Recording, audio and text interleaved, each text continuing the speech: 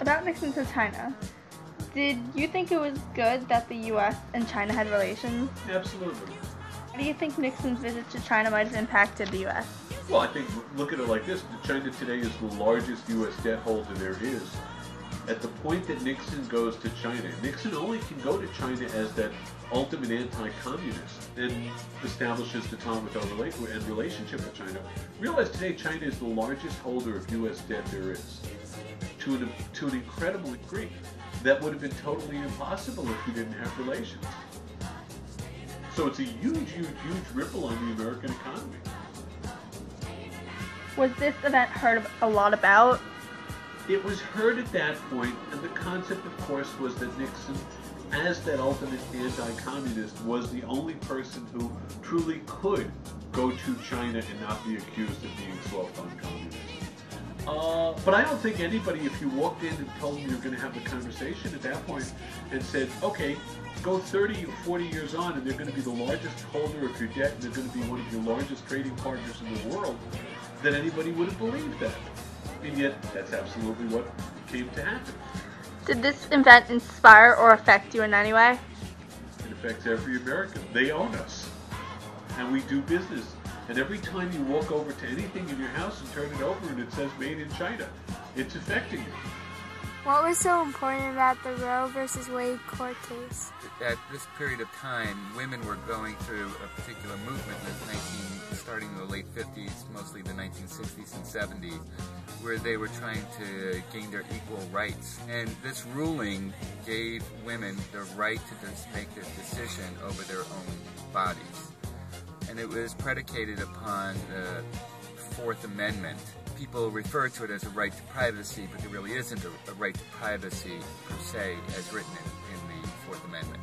I had gone to college in 1974, and it started to loosen up, and so it sort of caused a little bit of a breakdown in our society in many ways. Eventually, this Supreme Court case led to a huge divisiveness in the United States, which exists to this day, where you have people who are what are called pro-choice, which means that a woman has a right to have a choice, and you have people who are what are called pro-life. They're against abortion.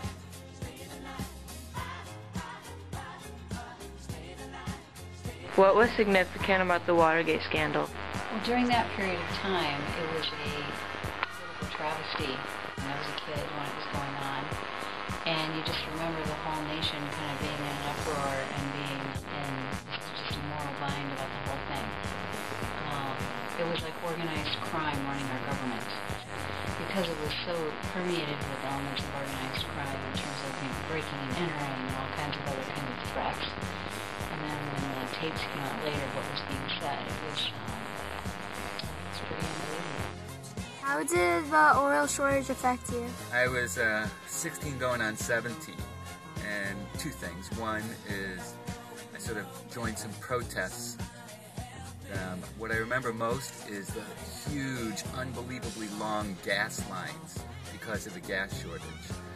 And they rationed out gas. You can only get gas on certain days.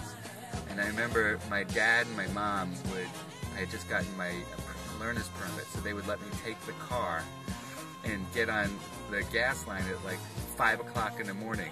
And me, I thought that was so cool because I got to drive my dad's car, my mom's car. And the lines would be for hours and hours. And I remember I'd just sit in the car and I'd like listen to rock and roll music, and then there would be people walking up and down between the cars selling water, selling coffee, selling donuts. I actually thought it was a pretty cool thing. Why do you think the oil shortage happened in 1973? Well, 1973 came on the heels of the war between Israel and Egypt.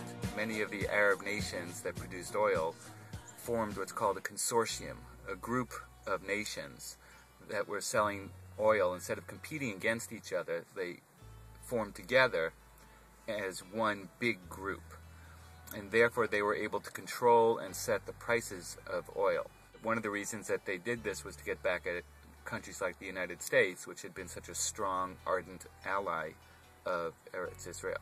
What was significant about the Camp David Accords? And it was a treaty that was negotiated by the infamous President Jimmy Carter, but it was a treaty between Israel and Egypt. And it was huge in history in a particular way, because it was the first time that an Arab nation acknowledged that Israel had the right to exist.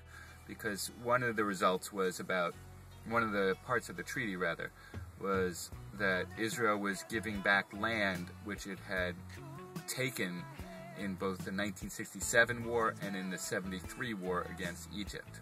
It has proven over time to be something that perhaps Israel regrets very, very much. It's land that would have acted as a buffer. That would be very, very important.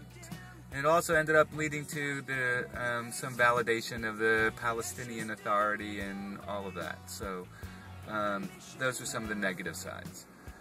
That said, both Menachem Begin and Anwar Sadat later on were assassinated in part for their participation in this peace treaty by fanatics on each side.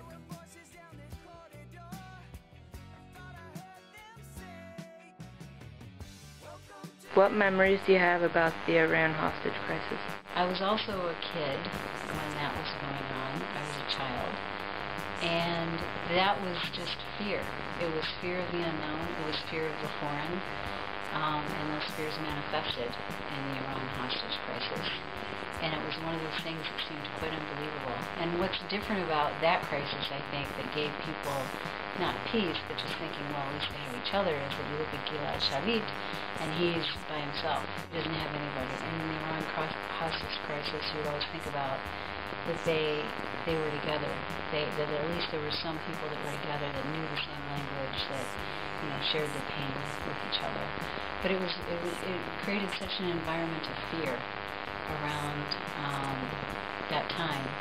What was going on in terms of how people could just take us, and there just wasn't a feeling of safety and a feeling of the foreign taking and those kind of things. There was a lot of fear in the air that came.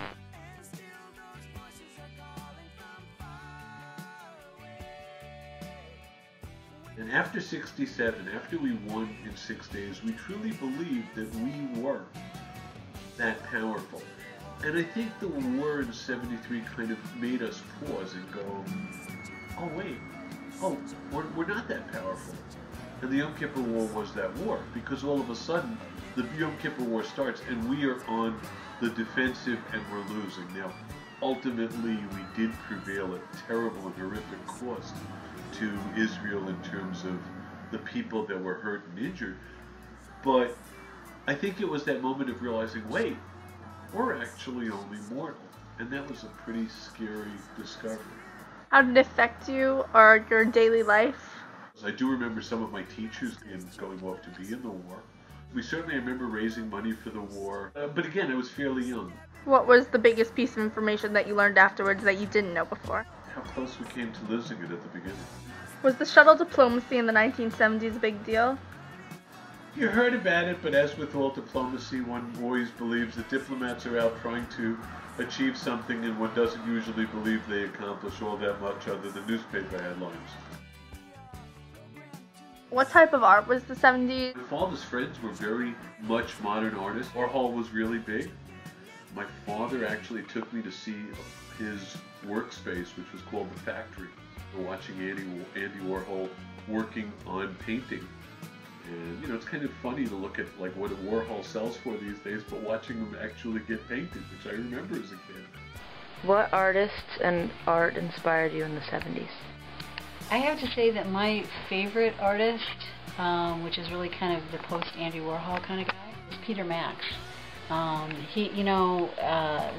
was much more of a social, political commentarian, and Peter Max was a little more lighthearted, a little more fun, a little more fantasy-oriented, and I really found and to this day, find his art to be uplifting and interesting. And you saw it permeate into the fashions during that time.